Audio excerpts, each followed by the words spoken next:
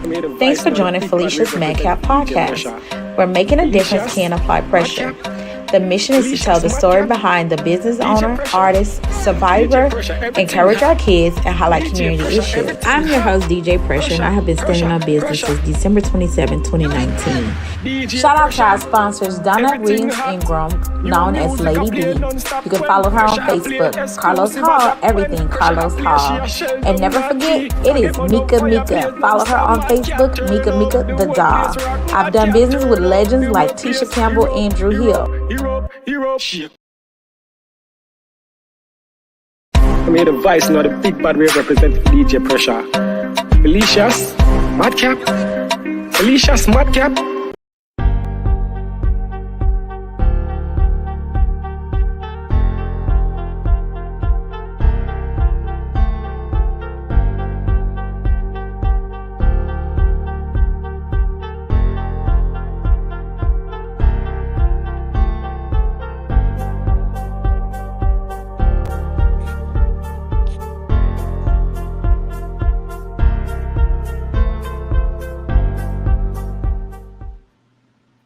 Hey guys, I am so happy to have y'all join me. I am your girl DJ Pressure. This is Felicia's Madcap podcast, where making a difference can apply pressure. Today we have a very special guest, Mr. Lex Luga. How are you? Hey, what's up with you? What's up? Appreciate you having me.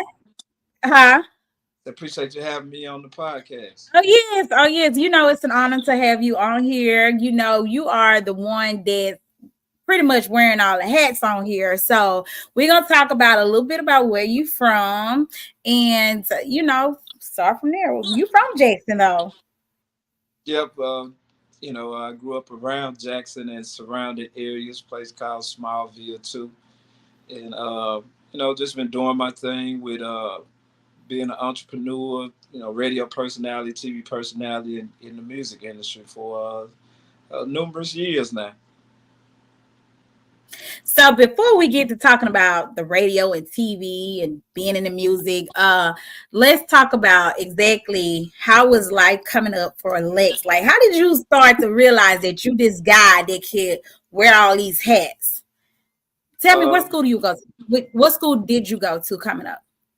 I guess it probably would have started when I was in Head Start. I went to I got Head Start because it started then. I'm gonna tell you why though. I say it started there because I was valedictorian all the way up through school, and it started in. The reason I say Head Start is because I was the person they chose to do a whole bunch of stuff and all the do the speeches, the plays and stuff like that. So, I went to Byram and I went to Forest Hill, coming up through high school. So so you've been everywhere. So at an early age, people kind of already paid attention that you was gonna be the star of the class. You was gonna be the star of your generation coming up and kind of put you in front and getting you ready for who you are now. So looking back now, because you about how old? Good and grown. Listen, what are you? You a 70s baby or 80s baby? I'm at the border. You at the border? Yeah. See, you just not gonna give us that, but it's all good. I'm gonna tell you, I'm an 80s baby, so all the special babies came out in the 80s. So when we talk about coming up in that time, it was kind of hard for us to get ready for the Easter speech and all that kind of stuff. So for you to be the one that do that, you started out, with your talent showing up front already. So tell me, what was your personality like coming up? I don't know. They say what my personality like. Well, for the most part, I played sports, but I was pretty good at school though. I did my school work. I did, act up a little bit in class, just making jokes because I usually finish before everybody.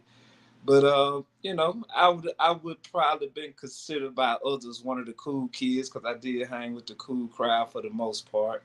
It depends on what level of school you talk. Well, no, I guess I really don't. Now I think about it, all of school it was that way. So my main thing, I became a basketball player probably from 7th grade on up. So I was known as an athlete during that time. Mm-hmm. So, as we talking about you coming up, let's talk about your family. Who's your mother and father? My mother name was Marjorie Fontes. She passed. My father is Erman Green. Sorry to hear that she passed. So, what year did you actually lose your mother? 2005. Okay. Okay. So, coming up, how many siblings did you have, or do you have? Well, I had a couple of siblings, but it's only one that's really I came up with no siblings because we were 10 years apart. So, but I had one. So yeah, it's like kind of like I'm gonna end up leaving stuff out the story. So I stayed between um, Jackson and Los Angeles, California most of my life. Most of my family is in Los Angeles. So I stayed Mm-hmm. back and forth because I went to school in Los Angeles too. I just didn't even name them schools. But so I wasn't raised with any siblings because by the time my brothers was born, they was 10 years apart. So uh, Yeah. and then we didn't end up staying in the household together neither. So Okay. So, your time in California, exactly what ages was that? it was back and forth all my life. My Okay. mother actually, my mother had me when she was 16. So she Mhm. got shipped from Mississippi to live with her father in California after she got pregnant. But then she got end up back here. So I was always back and forth, really, Okay. all my life. So I used to stay there the whole summer when my mom actually moved back to Mississippi. Then Hmm. when I got moved to California, I only stayed there a year or so before I got shipped back to my grandmother, and I was raised by my grandmother from like ages 12 on up. Okay. So, starting with your high school, you starting to get ready to branch out. Did you actually graduate from Byron or Forest Hill? Byron, I actually graduated from Byron. Okay. So, while you was at Byron, did you start to take off into some of the things that you're doing now at that time, or did it take off like a little later on? No, it did. No, not none of the things I'm doing now. That would have started my freshman year. During that time, I really was concentrating on basketball. So I Oh, was pretty decent at basketball. I had a good shot, so that's what I did. High so school, when me, so when you talk about a good shot, that means you was offered a scholarship, maybe. yes, yes, Okay, sir. so tell me a little bit about that. So you were going to what school when you were offered the scholarship? I was going to go to Well, we know UAB. you was at Byron. We know you was at Byron, but what school did you start going to when you got the scholarship? Well, my intentions was to go to UAB. I ended up going to Hines though. And Okay. long story short, I went through different things and got injured. I was kind of doing things I had no business doing because I want to say my first time, but I got locked up with freshman year, so Hmm. life kind of took a turn. So I'm pretty sure that kind of threw the scholarship. But Yeah, yeah. after realizing that you was going through that, where was your mind at that time after you kind of went to jail and lost the scholarship? What were the steps you started to take then as a young adult? That's when my mind flipped to the music. That Yeah. So that tell me the beginning of what were your steps? What were your first initial steps in getting into the music? Well, my first initial steps was just I hooked up with guys around the campus. I went to Jackson State after that. So when I got out, I went to Jackson State, and ended up meeting some guys on campus that was doing music. I was really doing my thing in the streets. I leave it at that. And uh, one of the guys used to always come by, and he wanted me to invest in them. And he eventually kind of talked me into it because I was really on my Master P type of thing back then. And Mm-hmm. and so you know that's how I really got started. It was something I wanted to do, but them guys had a whole bunch of talent though that I could see, that I believed in back then. You know. So when you go to saying those guys, you want to give us some names? Um, yeah, well, it's I don't know if but my main guy was his name was B Will back then. That's the one that Mm-hmm. got me into it because they ended up being my business partner. Um, chapter 13, they ended up doing a deal with somebody else back them days, but they did production and one and two of the most amazing rappers. Like we had like with them, we had that Kanye sound before Kanye I'm talking about the original Kanye with the samples in the tracks. And then I had a couple of my other guys. That was my partner from high school, PJ, and another guy by the name, his name was Tim, uh, and a couple other guys. G Sharp was one of the main guys. So it was really a lot of us too, but them was the main guys who I started with. So knowing that you were about to tap into the music side, who were your major influences? Master P was definitely probably number one because that's who I looked up to, and the things I wanted to do was similar to the things that he was doing at that time. Um, So only Ice Master P. Cube, no, it's Ice others. Cube. Yeah. Ice Cube was one. Anybody that was an entrepreneur at that time that was doing more than music, those were the guys that I looked up to, and um, that I guess you could say idolized. So when you get to talking about who you are as a person and how you move, is there anyone that you feel like kind of you can compare yourself to or compares to you? Mm, I wouldn't say compares to, but I would say, because I can't say I definitely compare to any of those guys that have went on to be very successful, but I can say some of their characteristics that I could see that we have in common would be Master P. Mhm. Okay. Because his story is so similar to mine. Is why I named him. And I actually have met him in person and the type of person he is. I was Uh, just about to ask you that. yeah, Uh, yeah. I actually met him and had a chance to talk to him, and it was like, dang, okay. And as I said, research his story. Baby. I one or two of his characteristics. But once again, it's just I wouldn't dare compare myself to them though. so let's get to talking about like we're talking about the different hats, the music, radio. When did you actually start doing radio? Or have you ever been like a radio host? Yes, Or I was on radio. My first time getting on radio was 2015. I started on this internet platform called the SIP FM. I got on FM radio in 2017. 94.3 FM was the first FM radio station I was on.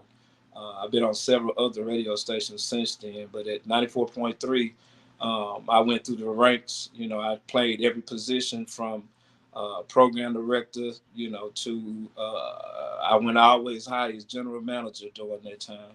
mm, So okay. I own my own internet radio station now, and I'm still on different FM radio stations. But I've been on multiple FM radio stations over the years, though. So, and speaking of radio, and your own internet radio, you're actually working with a lot of artists with Hood Idols, and let's talk about how you're taking that platform and helping out residents or artists here in Mississippi. Okay. Well, my radio station is called Hood Idol Radio. Um, we won Radio Station of the Year 2 years in a row with the Southeastern Awards, the SEA Awards, which is the longest running, biggest award show in the South. And I started doing things a little different from most. I see a lot of people, catching on now, but I was the first one to do plaques for my radio station. I had the top 10 chart. And it's just giving the artist exposure. I do all the metrics the same as any other platform. Most people just don't realize how the charting works with all the different platforms. It's all the same. So I just took the model from billboard and applied it to my radio station. And I noticed that it gets a lot of eyeballs on the artists that take advantage and know how to use the platform to their advantage. So I do work with artists all across the country, not just Mississippi artists. I have. Well, being Go ahead. well, I wanted to make sure I know that part, but I just wanted to make sure, because everybody like to put the emphasis on Mississippi when you're from Mississippi. So I wanted to make sure, I wanted to show your support for Mississippi. But yes, you do work with artists from all over. And so I just want to make sure I threw that out there. Oh, okay. Yeah. So I just, like I said, I just wanted to make sure because, I don't want those other people that's probably watching in other places think, and I don't want people to think that you only listening to just Mississippi artists. Although Mississippi artists are very talented and it's a plethora of different styles and different music, and I incorporated that with the station.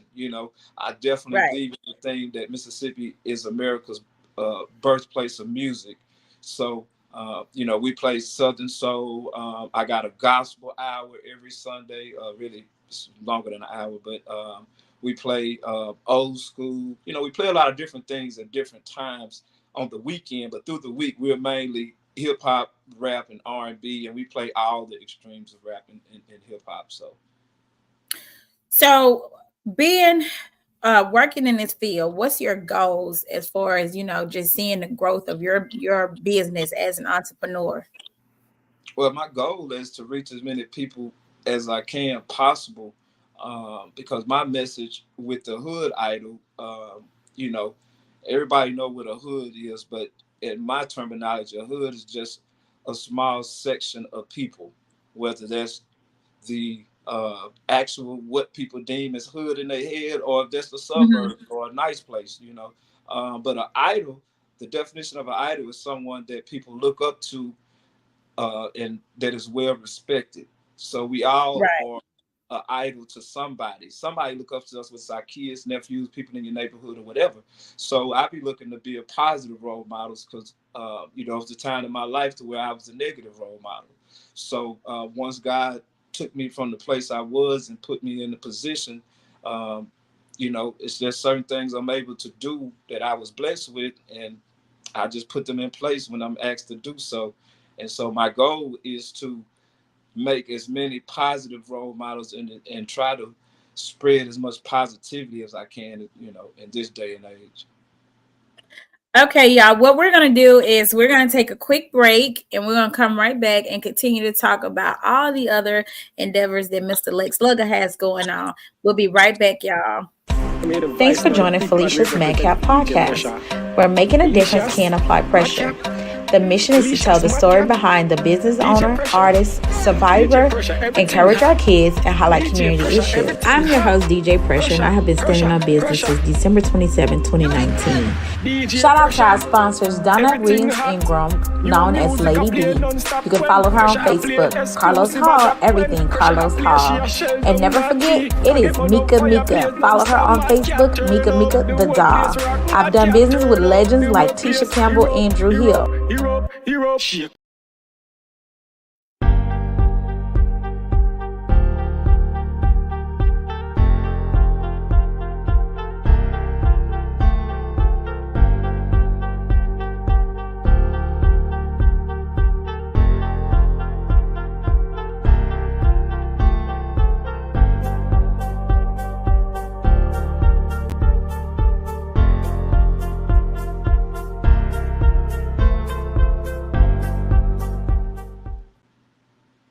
Okay, guys, and we are back. I am your host, DJ Pressure, and this is my guest, Lex Luga. So we were talking about his involvement with the music industry and also in radio. So you did mention doing production, right? Movies, right? No? No, I've No? Okay. no, Okay, no, I that's a thought for goal some of reason, mine. Yeah, that's a goal of mine. But it's no, a thought of yours. I yeah, thought yeah, I heard that's you a say goal. that. That's a goal of mine.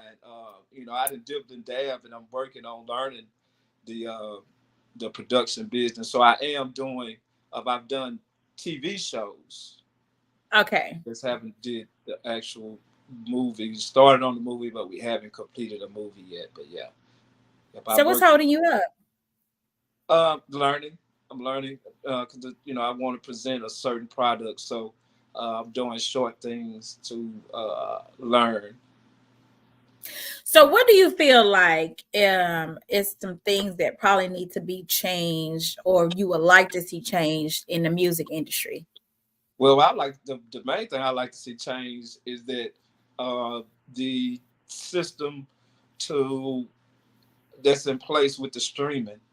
Mhm. Right now with the streaming, and I don't know what could change with it, but with the streaming, I guess people hadn't really thought about it or realized, but with streaming, there's no way to know exactly how many people stream your music. There's no way to know exactly how many people download your music. There's really no way to know exactly how many people actually viewed your video. You have to rely on the platform to give you those numbers. So but I want to see change, and I'm actually practicing it myself. And the only way you know the real numbers is to have your own website, and you Yeah. gotta sell the music to your website. But the system made the other platforms so big to where it's kind of hard to bypass them because you can get looked over as far as getting your music listened to. So that's what I would like to see change: the structure of the screening. And I've seen artists placed on social media that, their music have been streamed maybe a million times, but they only got a small check from it. They didn't get $1 million. People think they got $1 million because it's been streamed No. a million times. But I know that me personally, I think a lot of artists or a lot of people that work in the music industry would like to see that maybe even the platforms that the music is being streamed off of, that there's someone to make them accountable for payouts or higher payouts and actually keeping real numbers, keeping an update on real time numbers. So when we get to talking about experiences in the music industry, tell me what have been your worst and what have been your best. Well, my best experience has been the mentors that I encountered, such as Charlie Braxton, which is I consider to be the godfather of hip hop for Jackson, not only Jackson but for Mississippi. Period. And he taught me a lot, along with Kermit the Superstar Maker, out of Ohio. Those are my best experiences. Meet those guys in the music industry, and they taught me a lot about uh, the music industry itself, and really more than about the music industry. They taught me really a lot about life as well, um, through music, and a lot about business that I was able to carry on and become successful in my own right with my own businesses outside of music. The worst thing I encountered in the music business, um, I would have to say, with the music business being too much like the streets in too many different aspects, uh, Mm-hmm. from the violence that can occur about nothing, and from a lot of the ways that I was taken advantage of in different situations, um, in the music game when it comes to trusting the wrong people, um, and taking your money, not doing what they say they're gonna do, and not presenting themselves properly. Those are some of the worst experiences that I had, which led me to do the things that I do the way that I do them. So how is it that you do your business? Like when you're doing something or you're about to, do you first of all do you operate off contract? Oh yes, yes, I operate off contract. I mean, a lot of people don't. A Yeah, a lot lot of of people people don't. do.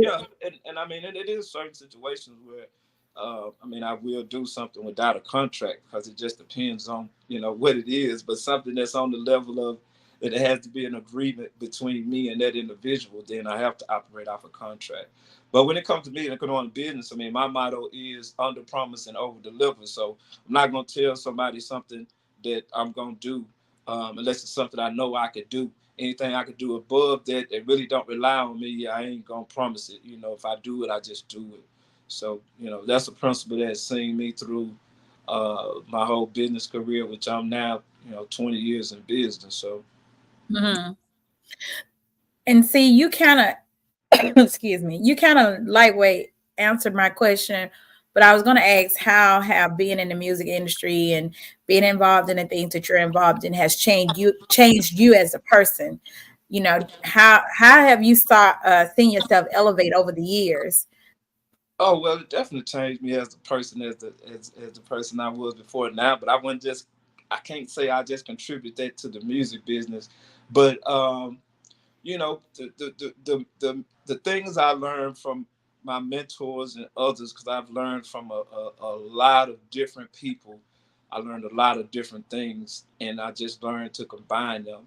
So the music industry changed me as to be more aware and sympathetic to others when it comes to doing business, and try to make Mhm. sure that every relationship or even a business transaction is mutually beneficial. So, and let's talk a little bit about your personal life. Like, are you married? Are you single? No, I'm not. I'm not married. I might as well be. I might as well say yes, I'm married though, because we've been together for a long. Okay, so obviously it sounds like a long time relationship. So, are you a father or not a father? Yeah, I'm a father. Father of three. Uh, Okay, two two boys. boys, two girls. Okay, One. I was about to say. Yep. 19, 20, 22. Okay, they back to back. Okay, so 21. you expected any more? No, that's it. Okay, so tell me a little bit about how you feel your role as a father seems to affect your kids right now. Like your role, like you being in the industry and being a father as well affecting the livelihood of your kids. Well, my daughter is probably the one who takes the most after me. So, I mean, all I can say is she's a hustler like her daddy. So she do different things to create income and create situations for herself. She's kind of the only one that kind of took to doing anything similar to what I do. You know, uh, Mhm. the the boys, one of them is an athlete and play football in college, and the other, he got a pretty decent job. So that they try to stay away from the music business. If there's anything that you would be able to protect your kids from, what would it be? Well, any harm, is the first thing that come to mind. If I could protect them from any harm, it would definitely be that.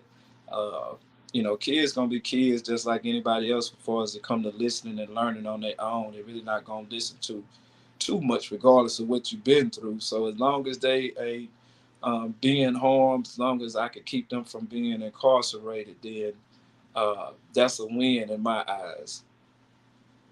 Okay, so moving forward, what are some changes you're wanting to make yourself in your community?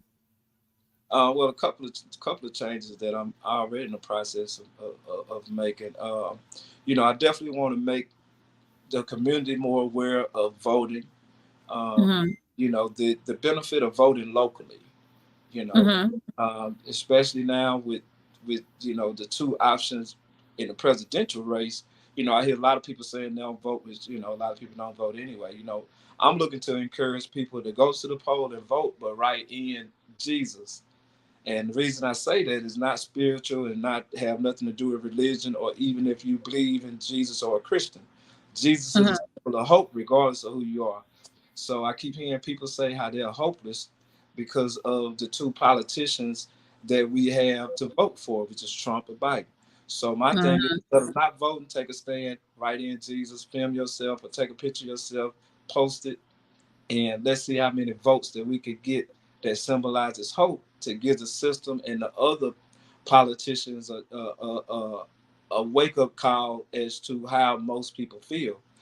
But definitely that'll be the thing I'll look to do in the community is try to get more people to go vote. Because one thing I learned at the radio station that the local voting is the most important thing. It is. Put the right people in place that's locally. And Jackson has been stagnant for over 30 years. And glad to see a change finally this past election. And now he just got to give some of them time. But I wish more people to understand what local voting can do. But they got a lot of slack to pick up, you know. So by the time the next election come in, they'll be just not getting Yeah, started. let's we gotta get started. It's Yep, just not getting started. So I agree. it's definitely gonna take a village to like get this community back together because it's a lot going on. Yep. Now tell me, what are some generational curses you feel like you're breaking as a man yourself in your Well, family? well, you know, I broke one generational curse because I was the first person to go to college from my immediate family. Um, so that's one generational curse that was uh, broken. Um, you know, as far as generational curses, It don't even have to be family. Our generational curses is just being us black. okay, It goes on okay, down the line, you okay, know. It that's goes on down the line. yeah, because I was thinking about my grandfather and his position and my mom and the things she dealt with. But looking at it that way, yeah, that's part of what I just said. The voting aspect because I didn't see it that way. Coming up, and the other generational curse of uh, being negative role models to so many people. And not know it. You know what I mean? I was a negative role model to a whole bunch of people and I didn't know it. Now I could see whether others admit it or not. I could see, at least on social media, the people I inspire. I could see the people that copy my ideas that I didn't see until I did them, which I loved it, by the way. I love people to see me or anybody else doing something and put their twist to it. Only thing I care about Mhm. is somebody use my name or something like that, or a genuine Yeah, idea. But it's different to be inspired from someone than to copy someone. That is a right. difference. You know what I mean? So I love that part of it. So that's the generational curse I would like to break, is to be inspirational in a positive manner to as many people as you can and show as much love as you can to others. And when it's time not to, when you have to be firm and stand on something, stand on that. It's okay. Even So God, what is right? What are some things that could really kind of push Mr. Lex away from doing business with you? what could push me away? I mean, Yeah. not being business minded. I mean, that's the only thing that really pushes me away. Do you feel like you have patience? Oh, I have too much patience. Okay, so my first time coming across you, you actually hosted the Southern Soul Music Awards this past year, and it can't. And like I kept telling everybody, and I told you, I said it stuck with me because at that point you were on stage, and it was like you was having your Rick James moment. It's Rick James, it's Lex Luga, and you was just letting it be known that you are to be respected. You are that person. You've been in the game. And so how hard do you feel like it is, or how hard is it to get respect or maintain that respect? Yeah, and it's the Soul Music Awards, though. It's the Soul Yeah, Music Soul Music Awards. Yeah, yeah. from our genres. Well, I mean, it's one thing about it with everything is gonna be people on both ends of it. Being respected and not being respected. Hmm. So it was certain things I heard people say and that got to me. And then with the social media and um, some things just have to be said. You know what I mean? Yeah. Like I said, you know, it's two sides to every position, to where there's nothing that's going to be 100% where everybody's behind you or even where everybody's against you. But when it comes to having credentials, when it comes to it being the facts, sometimes you can't deny the facts. Like I ain't got no problem with work. I ain't gotta like a person to work with them when it's about business. You understand? Right. I ain't gotta like you. I do have to respect what you're doing. And so for anybody to even been in the music business as long as I have, to be able to put kids in college, to be able to live a lifestyle leave. Like I don't punch a clock or do nothing. I work for myself, and it started with Right. being an entrepreneur. If you can't respect that and respect my mind, I've been on stage as a teacher of music with some of the most powerful people in the music industry. They ain't invite me up there by accident. You understand? Right. So for somebody to not respect that, not respect my mind, not respect the work I put in, not respect the grind, that's a them problem, not a me problem. And so I let it be known, like, yeah, I'm cool, but now don't get it twisted. Like, like you can't be a pushover, and you got to be able to respect something. And if you don't respect someone that's being cordial to you, that's being open, and that's invite you into their space and have the credentials, such as myself, then that's a you problem. You're really disrespecting yourself by not respecting the situation. Mm-hmm. You're right about that. So as we go back and we kind of highlight the things that you feel like you're wanting to work on here in Mississippi or as a whole, we're getting people to vote. When you look over the things that's going on in our community, you see a lot of our kids are being hurt or leaving us early or whatnot. Is there any kind of pushing you to kind of get out there and kind of save our kids? Do you have an organization for that, to kind of be the big brother or, you know, Well, outside of music? yeah, well, that's what I use the music for, though, because like as long as they in my venue or at an event with me, then they can't be committing crimes, and that's really in any area I go into. Um, I speak to as many of them as possible, but the only change that can happen with that is that you got to have hope. Like if you waking up and you looking around and you seeing how most of the city look in Jackson, you feel Mhm. hopeless. So it don't, so in a lot of people's mind, it don't matter what you do. Like and you got so many other elements playing into that, including social media. So, you know, that's a hard fight. But my thing would be we have to put something in place to give them hope, to have them something to look forward to. Do you feel like it's the kids that's the problem or the adults that's the problem? Because Well, it's gonna be both though. It's a combination because it started with the parents that's closer to our age and how we was raised. It started with the parents before us. mhm, With in my and it's just my humble opinion, with the crack era. Like I didn't mention it though, but like my mom was on crack for most of her life. So and my mom passed by committing suicide. So that's what I was really raised by the streets. That's how I ended up with my grandmother. You know what I'm saying? So that's a different type of raising. And so then you have when I come up and what I see, and then how it trickles down to my kids, which now would be the generation that's doing a lot of stuff that they're doing, and the increase of seeing the negativity on social media and the other things that's influencing them with school. So it's gonna be a combination of the parents and the kids, and so it's gonna start with that because I see some parents that do some things and the way they talk to their kids. Like, man, I see why the kid like yeah. that. And so, Yeah, but I'm on the defense side a little bit as a single mother. I will say because my son tried me, and you have to like men always tell single mothers, you got to put something to that boy. You got to do something to that boy. But then that moment we put it to him, or that moment we do it to him, is because we done took a lot. And now mm, y'all see the big outburst, and now y'all thinking that this is how it was all the time or the whole time. No, that's not like no. It's just that mama didn't had enough. yeah, That mama didn't well, had.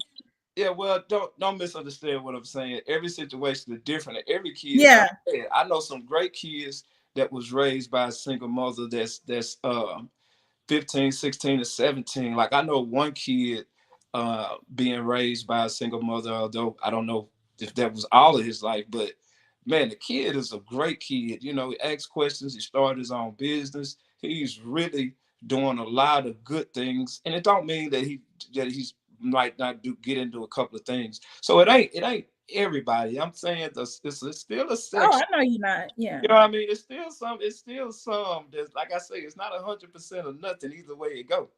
So Mm-hmm. yeah. So don't misunderstood because I can tell you now just how you come across. You seem to be a great mother. You could still be Thank a great mother too, because there's great mothers out there who kids still do stuff that they're not proud of, and have done things just at a man. You realize it only take a few seconds to make a mistake without even thinking about it, and your whole life can change. I listen. I'm gonna tell you this because we having a conversation here. I'm gonna tell you this. The worst mistake I felt like I made as a parent, but then I had to bring it back down and realize that God do everything for a reason.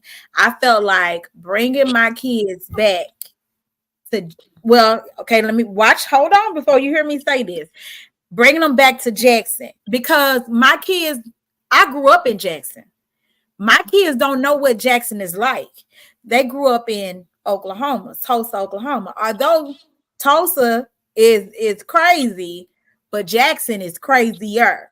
Mhm. So my thing is this, and it used to be what Tulsa was worse than Jackson. But the thing is that I brought my son back. He used to being around the white kids and having fun and joking and playing, and then he gets back here and he in the hood. He goes and he like, Mama, I got to give me something to protect myself.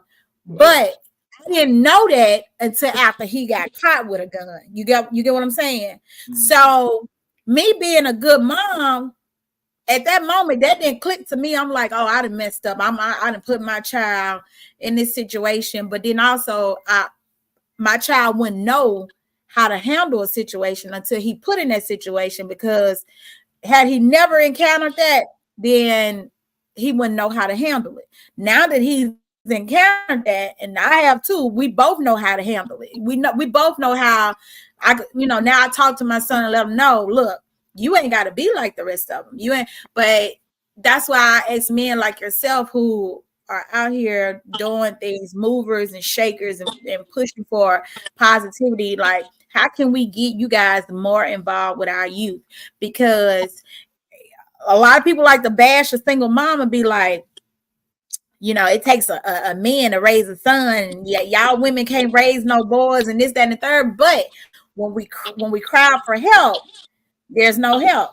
You get what I'm saying? So how Yeah. can we get the men to come together? How can I get you to create an organization outside of or even with using your music thing to form a family environment for these kids? How can we get together and make this happen for our community to save our youth?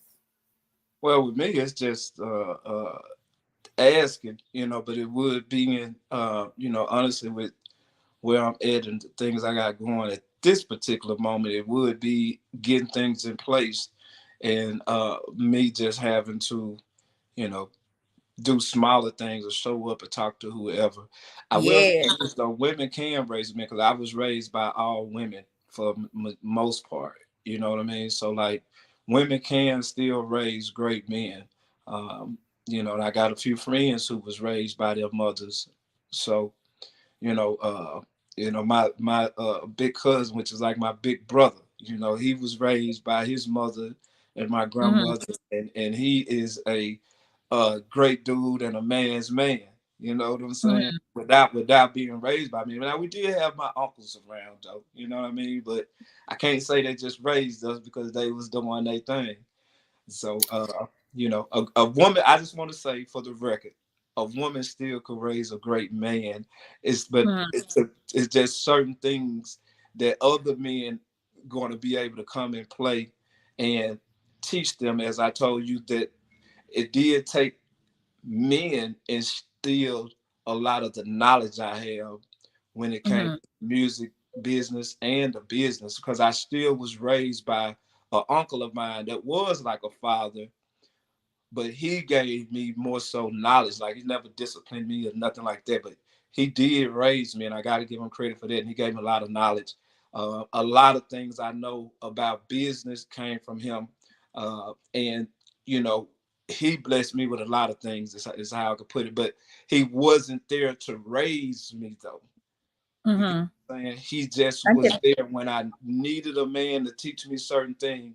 He was there. He was a phone call away, and I think I turned out pretty good. I think, yeah. I mean, regardless of what we encountered, the fact that you're sitting right here as a guest says something. Says that obviously, even me, you've opened my eyes to who you are and what you do. So, like I said, it's an honor to have you on here. So let's talk about all of your accomplishments.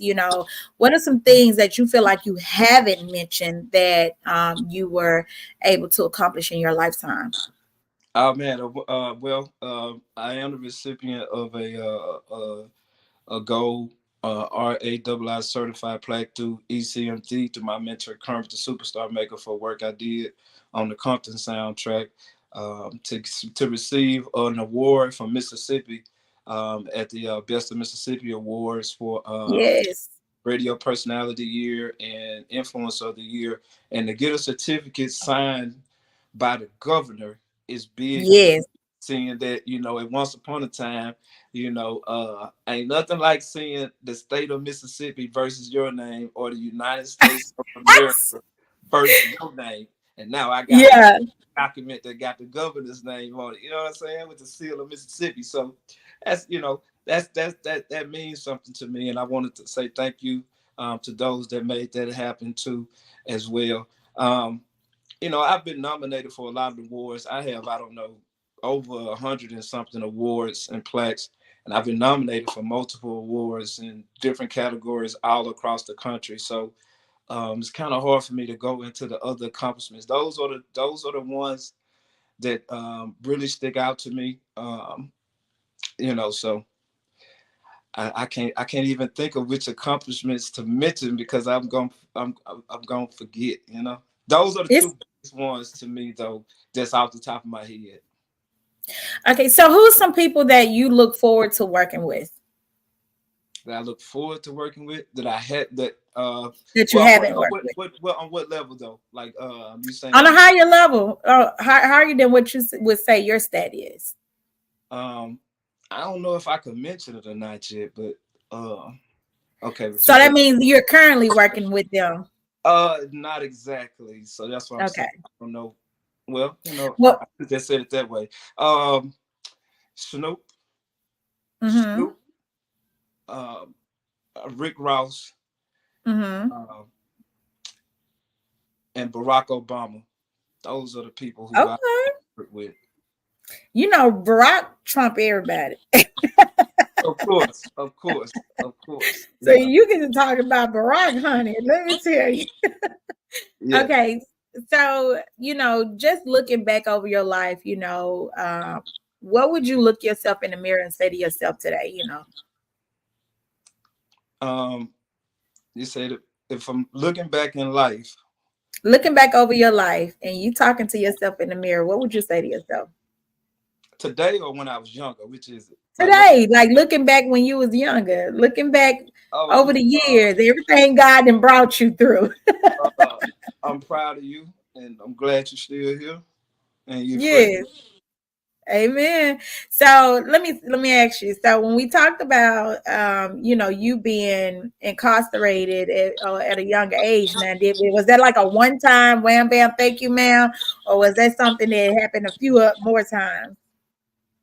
Well, no, the first time you said I said arrested though, but no, Okay, arrested. I've been Yeah. to prison. Yeah, I fought a hard trial against the government that I won. But it took me 2 years, but that was a life changing situation, and I believe that's what fueled the fire to help create everything that I created after that. Because I lost my baby brother while I was locked up during that period, so uh, Mm, that's the fire that ignites me. That it had me really sleepwalking for about 5 years, just staying busy, building up everything that I ended up building up to now. Because I mm, hadn't mentioned it though, but I do have a marketing company, a print company. I own my own magazine. I have the radio station, and I have the TV show that airs locally and on Roku. So, you know, going through the trial and losing him changed who I am. So the person who So the person I was before, because that happened in 2012, Mm-hmm. I got out in 2014. So the person I was before 2012 is nothing close to the person I am now. I don't even look the same. I don't even look like this. I look totally different. I thought totally different.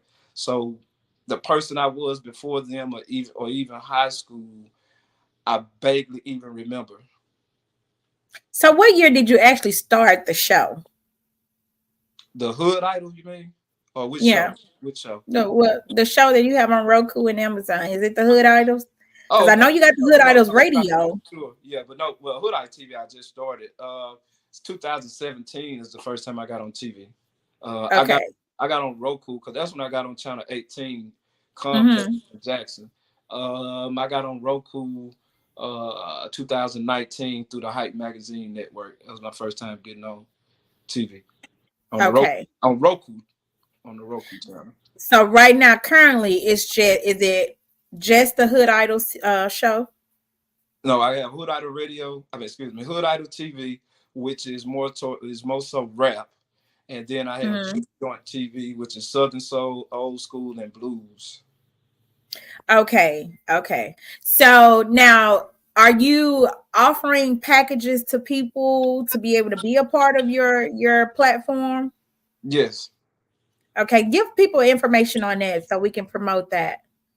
Well, right now we do like the interviews, and so we place the interviews in between the videos. So um, they can just all of my social media is the same. Is at SSCLEXLUGA.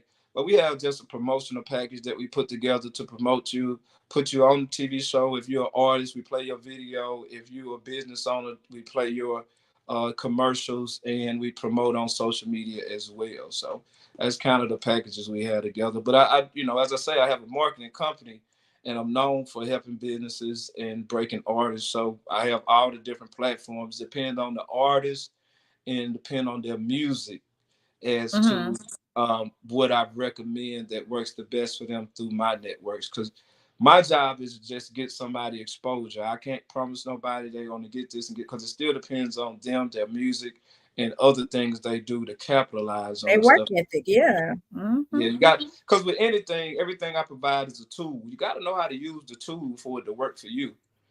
Right. You know. Okay.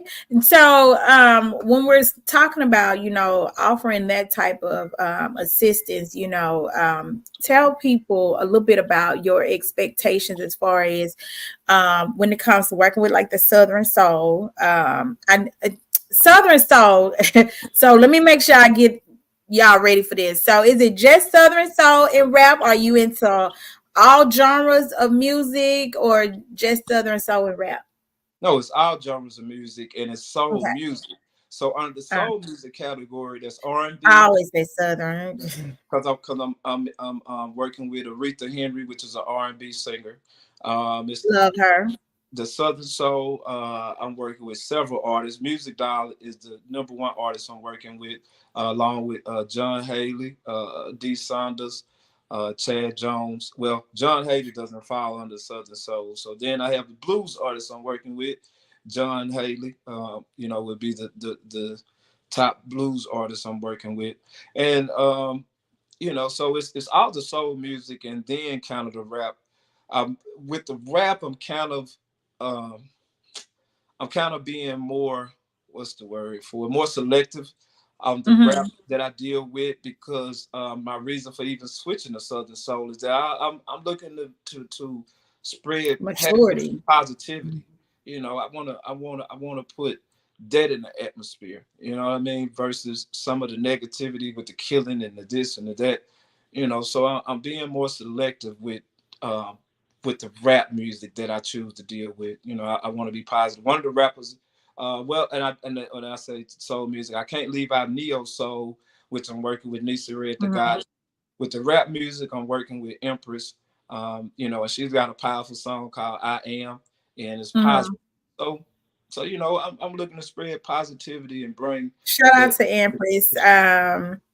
We both were Fleet sisters for a while, and then I left Fleet Okay, yeah, after. that's how. Yeah, Yeah. I left Fleet after the event, And now I'm just solely solo doing me. But one thing I want to say is that we are proud of you. We see even people you're just meeting, like myself, I see your movement in the community, and it's very positive. So I made sure that I came out and support the event you had on County Line, and I look forward to supporting more events, because the Hood Idols be everywhere. I saw you guys was in Atlanta, everywhere. So just, kind of give information for people to be able to reach out to you so they can be a part of your team or a part of Hood Idols. All right. Well, just the other thing too. So, I am looking for individuals that's anywhere, if you're anywhere in the country that's looking to work, whether, when I say work, I mean, whether you want to put together an event or just even find a place, if you want to promote, if you want to volunteer, if you have any type of talent, whether that's dancing, whether you do spoken word, comedians, we're looking to actually build a network of all the different talent that's underground and bring them to the forefront. So it don't matter where you at, you can reach out. You could, all of my social media is the same. It's at SSCLEXLUGA, SSC Lex Luga. Or you could go to hoodidoltour.com. That is the website. We got Little Rock coming up next month. We have our Juke Joint Soul Music Tour, because that's the name of my radio show and TV show is Juke Joint Radio, Juke Joint TV. So I got the Juke Joint Soul Music Tour. First stop is Shaw, Mississippi, May the 4th. The Hood Idol Tour, the next major date, because I did change the platform, and we're about to be bringing something new, blessing the atmosphere is what I'm hoping to do. So we're bringing something new. I'm redoing the whole Hood Idol. We filming, doing the behind the scene footage, documentary type, letting people know what the culture and what the platforms are really about and what our message is. So we're filming that as I speak, putting it together. We just filmed in Memphis this weekend. Shout out to Memphis. But we got Louisville, Kentucky, and Evansville, Indiana, June the 22nd, June the 23rd is going to be the beginning of our reorganization of the new Hood Idol platform that's going to be introduced. Okay. Well, that basically concludes the interview, unless there's something else you want to add before we go. Is that about it? That's about it. I just want to say thank you for allowing me to be on your platform. I appreciate you. This was a great interview. And you're invited to any event that I'm doing. If you see a Lex, well, I ain't gonna say Lex Luga. If you see SS Mark, because that's me, I'm the person that's putting it on. Yeah. You definitely come on out. So, but I want to say thank you, and thank you to everybody that's listening as well. Thank you. And you hold on one second. We're going to go ahead and wrap this up. Y'all, I am your girl, DJ Pressure. This is Lex Luga. Thank y'all so much for tuning in. We love y'all. Till next time. See y'all. I made a voice, not a big bad way representing DJ Pressure. Felicia's Madcap.